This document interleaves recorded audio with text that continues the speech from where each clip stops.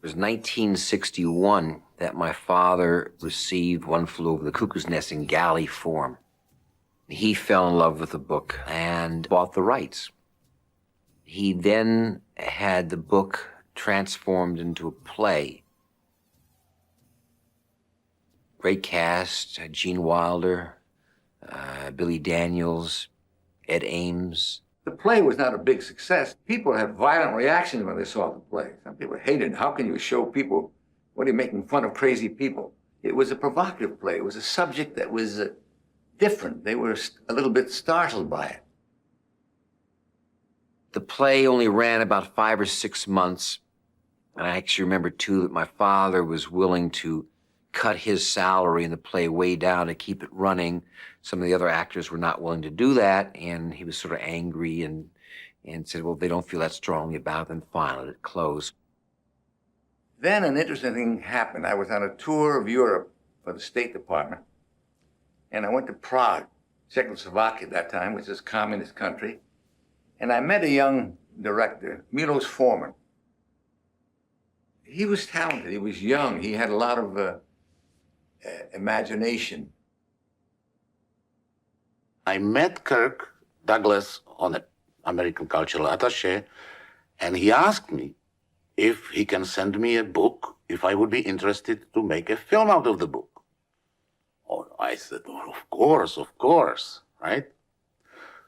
And then he left the room, and the book never came. 10 years later, I get an envelope from Michael Douglas and Saul Zaentz. And in the envelope is that book Kirk Douglas was talking about, One Flew Over the Cuckoo's Nest. Later, when I met with Kirk Douglas, he looked at me and said, you son of a gun.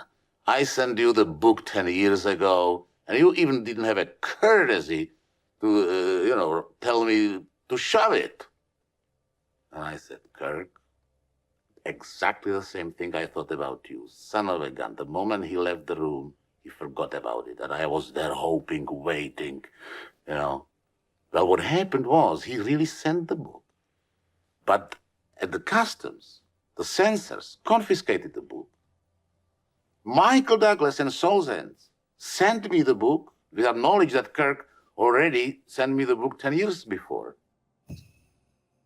Dad was getting ready to sell Cuckoo's Nest. He was revamping and had kind of given up and just couldn't get it made.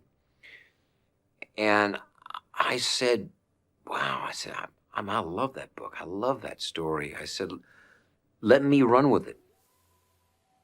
In 71, we had a call from Michael Douglas, and he wanted to know if we were still interested in making Cuckoo's Nest. Told him, yes, we still wanted to make the picture, but not with the restrictions your father put on it. And he said he's given up those restrictions, and I thought Cuckoo's Nest was a great book, and I thought it would make a great movie. And I was naive enough to think that you could make a picture of any book you wanted to. You just got permission, you made the picture. No major studio would finance the film. But Saul Zaentz, stubborn man, and Michael Douglas decided we'll make it. We'll make it as a very low-budget film. To make a low-budget film, they can't afford a, high-priced director. So they needed a director whom they somehow respect and who is cheap. And here I was. Michael and I spoke to a few directors, very big names, some of them. Most of them would not say what they had in mind. Milos was the first director who wasn't afraid to tell us how he thought the picture should be made. He told us he thought it should be real, and he pressed the right button without knowing it. And I'll never forget, I remember Saul and I turned to each other, we started crying. Because we started crying because we thought, we're not crazy. Here's a man who realizes how much this picture means to us, and he wants to share it with us. This is a Czech movie. This is a movie about society. I just lived 20 years of my life. It's about everything I know. And I know how these people feel. Michael had a script written by a guy named Larry Hauben, who had written some things. I don't know if they were produced as films, but it was a very nice, as a script, it was quite naive in the technical sense. It was like directly from the book. Bo Goldman was brought into through Milos's agent, as I remember. Bo rewrote the script, and he's a marvelous writer, Bo. Bo thinks he was brought in because he worked cheap, too. But we all worked cheap at the time. You know, nobody got paid anything to speak of. My fee was $8,000. It seemed like a lot of money, and I had 6 children. Here was my first shot in Hollywood, and it was going to keep me there for a few more weeks before I had to go back to being a house husband for my wife, you know, who sold fishes to the rich in the Hamptons. You know, not a great calling for a nice Jewish boy from Park Avenue. Milos sent me the script, and he asked me what I would do with this. How would I improve this script? And I remember the first idea I had was that when McMurphy is delivered to the institution, that he kiss one of the guards on his arrival. And Milos said, "It's good." And so I met Milos over at the Sunset Marquis Hotel. That was where he was living on the ground floor. We would meet every day at 10 o'clock. About 10:30, say, "You want beer?" And I'd say, "No, thank you." And he'd have a beer. And then we would go back to work, scene by scene, rewriting each scene. And Milos would sort of drift, and I always knew he was drifting because that meant 2 bikinis were walking by outside. You know, "What do you think, Bo? Think he's a good idea?" And then he would act out all the parts as I would be working on them. I remember, he said, "What we did before is something different." So I, you know, and my handwriting is atrocious, and I'd be scrabbling through it trying to figure out that. He said, "No, not that one." No, and I'd try another eye. "No, not that one." I said, "The other." I said, "I erased that." And she said, "You erased." "You erased a line." From then, I've never erased a line in my whole life. The casting conversation started coming up regarding McMurphy. And as I remember, I think we went first to Gene Hackman, who passed. Went to Marlon Brando, who passed. And going back now I think it was about a year before, Hal Ashby at one time had mentioned Jack Nicholson. Now you have to remember, Jack had done 5 Easy Pieces, Easy Rider, but his persona was sort of the sensitive young man or the intellectual that was a badass, you know. It wasn't R.P. McMurphy. But Hal had just started to do a picture called The Last Detail. And he said, "You got to take a look at this." That was the first picture where you really felt the size of Jack. Milos was very consumed with Burt Reynolds. Milos loved Burt Reynolds. And I remember him going off, he was doing Smokey and the Mess, and I said, I kind of know what you mean, but what is it? He said, yeah. He has cheap charisma. Cheap charisma. It is perfect for McMurphy. No, Jack was really always my first choice. But, you know, when we were ready, we found out that he has commitment to make another movie. So if you want Jack, we have to wait 6 months or 7 months, you know. Then I started to think about other, actors eventually, and I must tell it, to the credit of Saul and Michael, when I came back to them and said, "Listen, I would rather wait." They said, "Okay, we'll wait." For the big nurse, we were all convinced that we have to have somebody who is really personification of evil.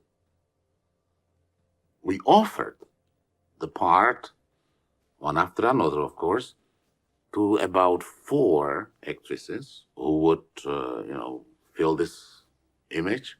Annie Bancroft, Colleen Dewhurst, Geraldine Page, Angela Lansbury. They all turned it down. Then one day, I met Louise Fletcher. Every time I would see him over a 6-month period, he would say, "Louise, forget this movie, forget this part. You're not getting this part. Go home." I slowly started to realize that it will be much more powerful if it's not this visible evil. that she's only an instrument of evil. She doesn't know that she's evil. She, as a matter of fact, believes that she's helping people. And you take for granted that this is a nice person. And slowly you discover that there is something very evil that's much stronger for the drama. So that's why we decided to offer the part to Louise. Now, of course, in the middle of all this, the chief, the big Indian, was a question mark. I didn't know that it will be such a nightmare. Because here I wanted to be, very faithful to the book, that the Indian really has to be big, tree trunk, right? Not knowing that Indians, basically, they are not very big. And we sent scouts everywhere. One of my trips back to New York, I sat next to a guy named Mel Lambert. Mel Lambert of Mel Lambert Motors in Portland, Oregon. Wanted to know if I could help him make the picture. And I said, you bet, it all depends on what you want. But I'm not impressed with great movie stars, so I'll expect to be paid. And I told him what I was doing in this picture, and I'm looking for Indians. He said, well, Michael says, I grew up as an Indian. My father was an Indian agent.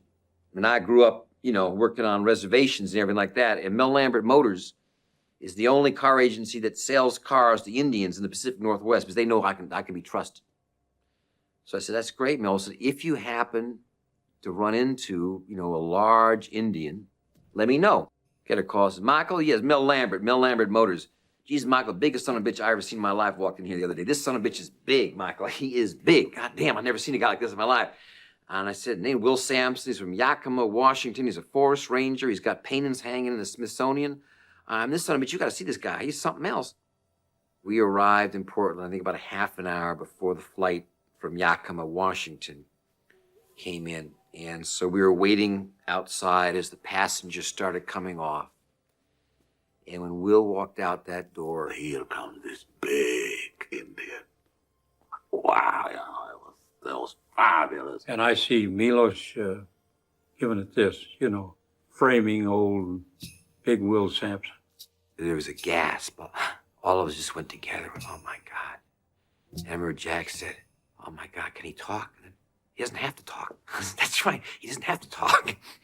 Oh, my God, I don't believe it. And Jack was looking at him like a specimen from Mars. He kept walking around. I'm like, God damn, there he is. It's him. I decided that, that I want absolutely unknown faces in the mental institution. It was absolutely proper to have a star, to have a Jack, because he represents us, our world, and we are entering the world of unknown mental institution.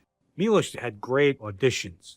They were improvs. He was the big nurse, and he sat everybody around in the day room, and he asked us questions. He would get the improvisation going and feed us, and get us going among each other and everything. And that's very much the way the group sessions were. I'm looking around the room, and I'm saying, boy, all the rest of these guys really look crazy. Not me, but all the rest of these guys really look crazy. I think it's so important to really, orchestrate the physicality as well. Because especially in the film when, you have so many people, and it drives me crazy when I see a movie, and I see this person, and then the person disappears from the screen for 20 minutes, and then, comes back, and is he the brother, or is he him, or because they all look alike. Once you see him, you will never forget that face. Well, the first I heard of the possibility of the movie came one day when I learned that Michael Douglas and Saul Zaentz wanted to visit the hospital looking for a site to make this movie. We had been to visit 4 mental institutions, and the one in Oregon was the only ones who had read the book. And, it would have been much more simple for them to have made it in a Hollywood setting. But I think both of them wanted to see the movie made in a place where real people had lived and died. What everybody thought was a crazy decision, which was shooting a 90% interior film in January when it's totally dark all the time, up on location, turned out to be one of the best decisions I think Saul and I made. It just created an ambiance and an isolation that was hard to match. We've been here on the grounds of Oregon State Hospital, which is a functioning institution for the incarceration of mentally disturbed people, or for the examination of people who have been charged with or convicted of crimes that are judged to be related to Cuckoo. We had a week of rehearsal before we started. And we spent half the day rehearsing large scenes, basically rehearsing them for camera. And the other half of the day we spent on our ward, just being there. The rehearsal period was basically established so that we would get a sense of what it was to be hospitalized, because nobody knew about that. And then after about the third day, they brought out these 2 large tables filled with stuff. Pictures, toothbrushes, personal items of one sort or another. And everyone got to choose their stuff and put it in the nightstand next to your bed on the ward as you wished. So we were actually living in this space. We all had our little cell, cubbyhole, kind of. You know, I had fixed it up. I had a few little things in it. And that was ours, like our dressing room, kind of like right down the hall. They fed us there. Each one of these floors had a play area, a game area. We had a pool table, and we had some Pong, the first Pong game, Bing, Bok, Big. It was really good for us to see the thing going back and forth. A bunch of Phoebes.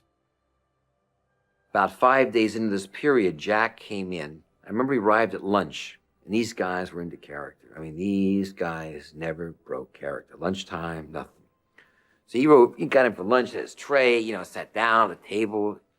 He started looking around. These guys, hi, Danny was, hi. Who are these guys? What is it? They're actors. Don't they ever quit? It's lunchtime.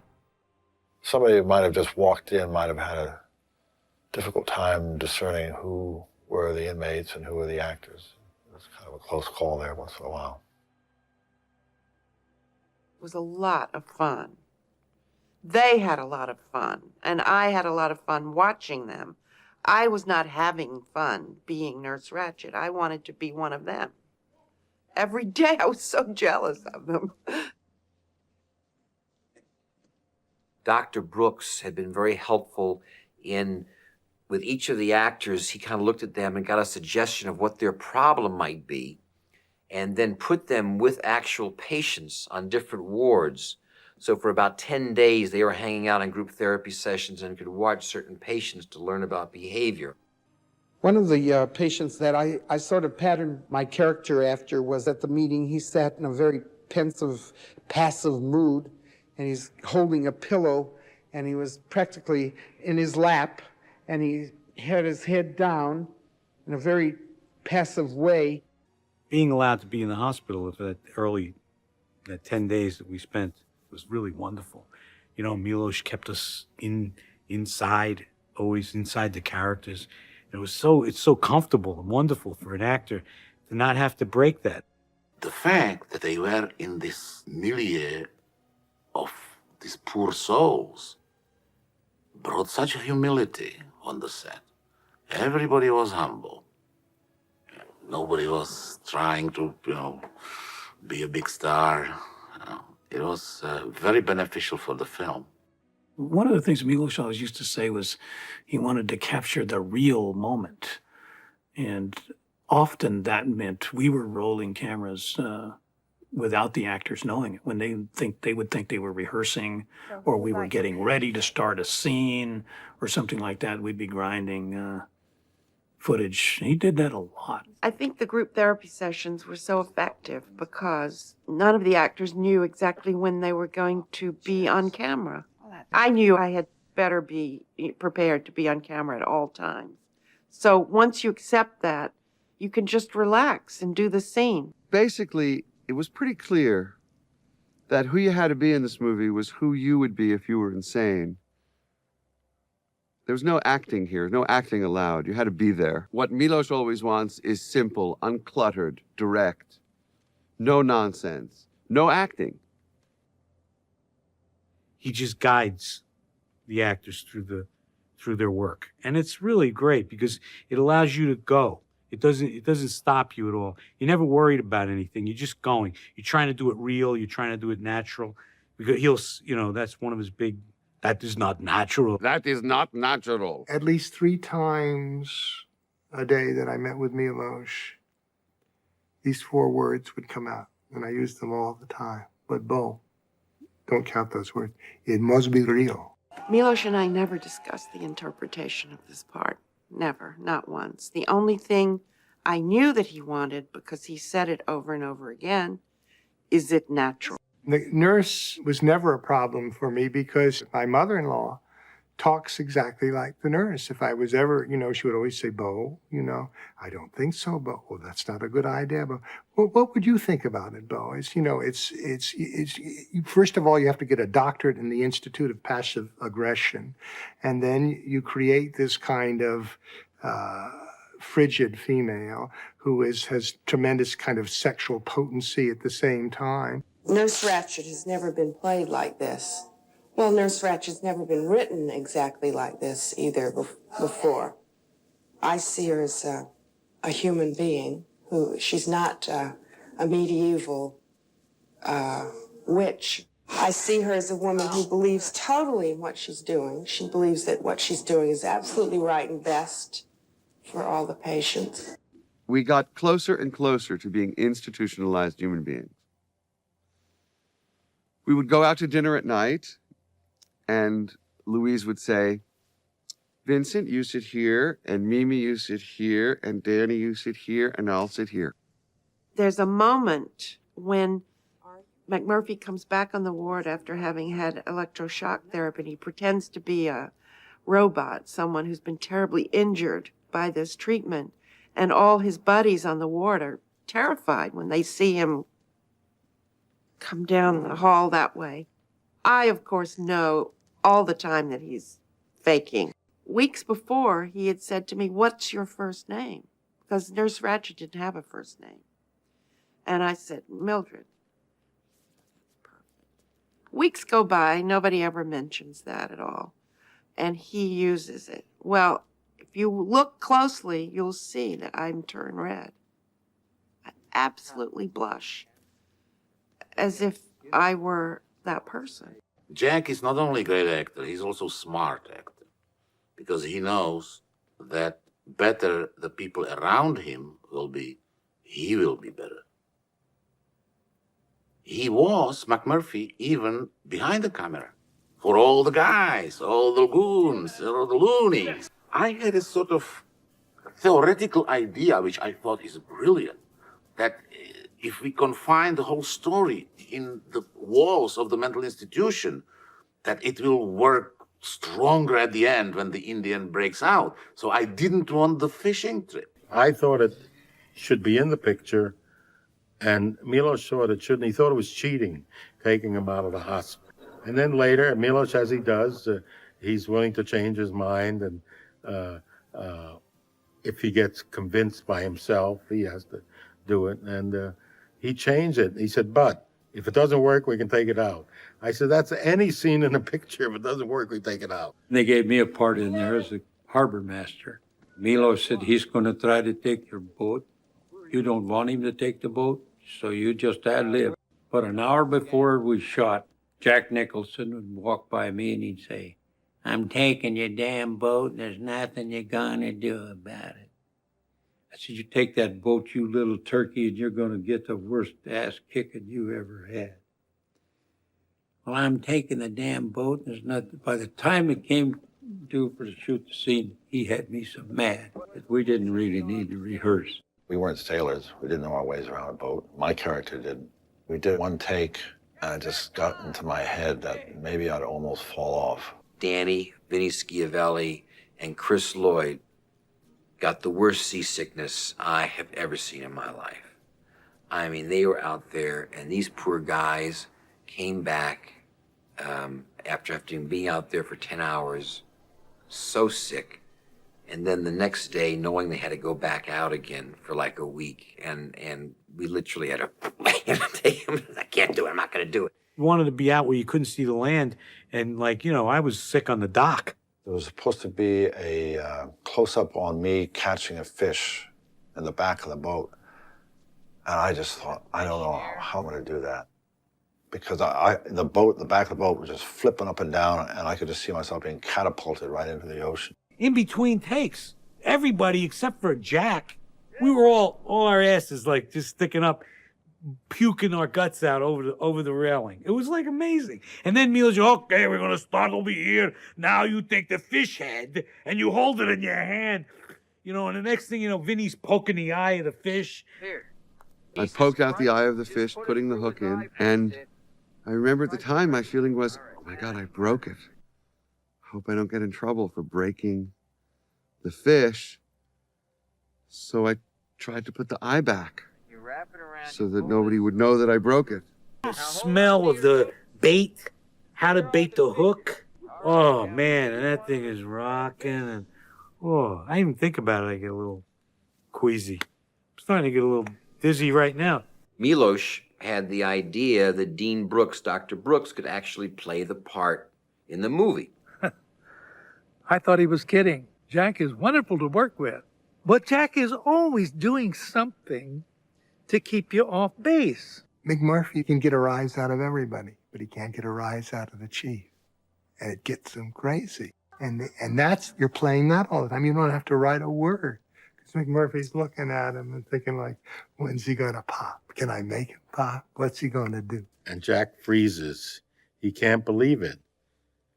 So he wants to make sure something happens, takes out another piece of gum and hits him again with his elbow as if that starts the machinery to talk to him. And so he sees immediately, you know, this is his ally. Man, I got a guy with me, you know, who feels the same way I do. And he's that big and he's that strong. At the end of the scene, I said, that was great, Jack, hitting him the second time. You know, I said, and that's when he came in and Jack said, no. He said, I didn't think of it. He said, Bo Goldman, that son of a bitch, Bo Goldman wrote it.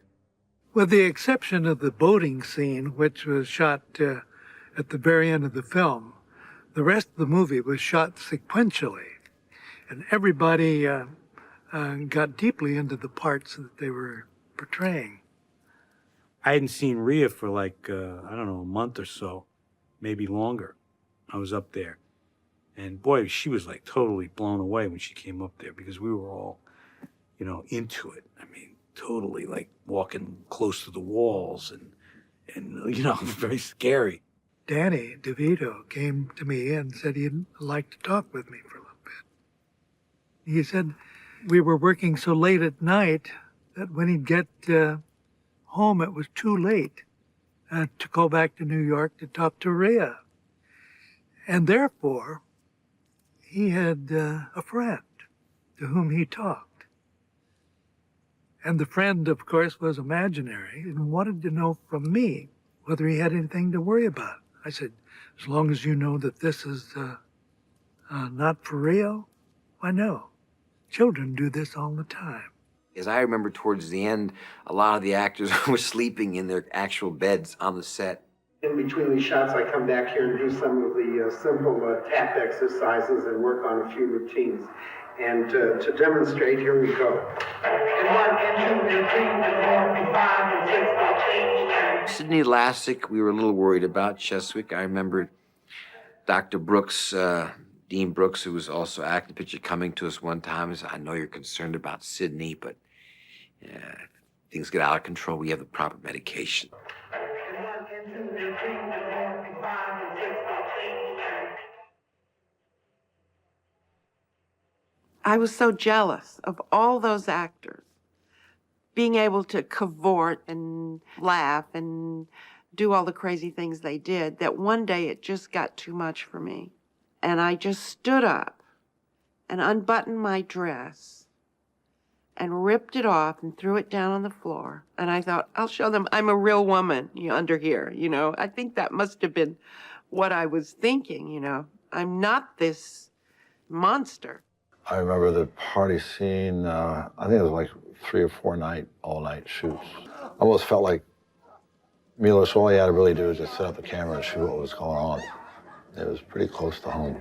how do you describe the Nicholsonian exuberance, that wildness, that wonderful mad cackle, which is really kind of giving the finger to the world, which is in all of us, which was really very much at the center of the movie. From the moment we're born, we're enjoined to become part of a system. And what are we on this earth for except to invent ourselves? And McMurphy, in his criminality and in his madness and in his obsession, understands that better than anybody. The last scene between the chief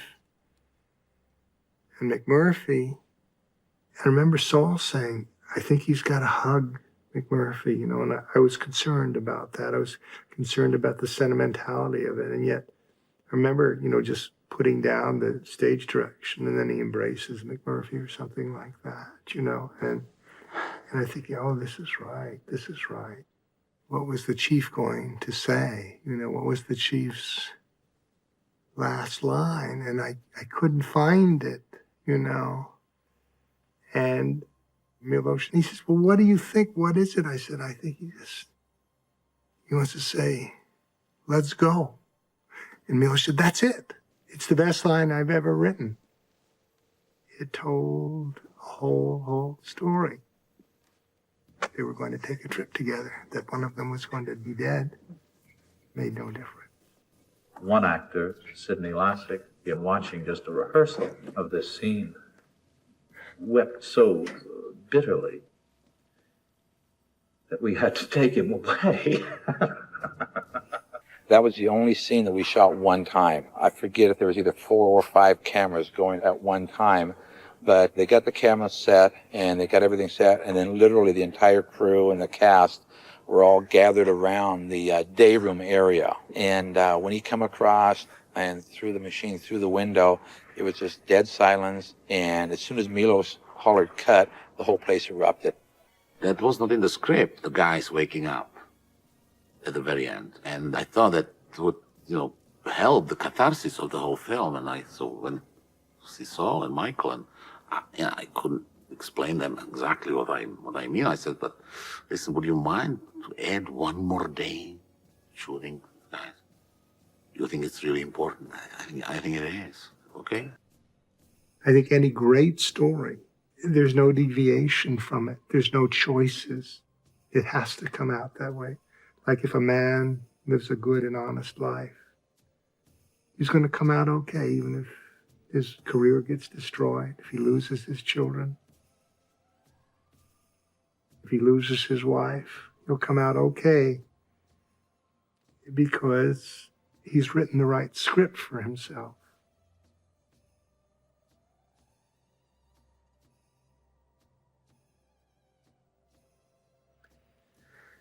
And that's what McMurphy has done.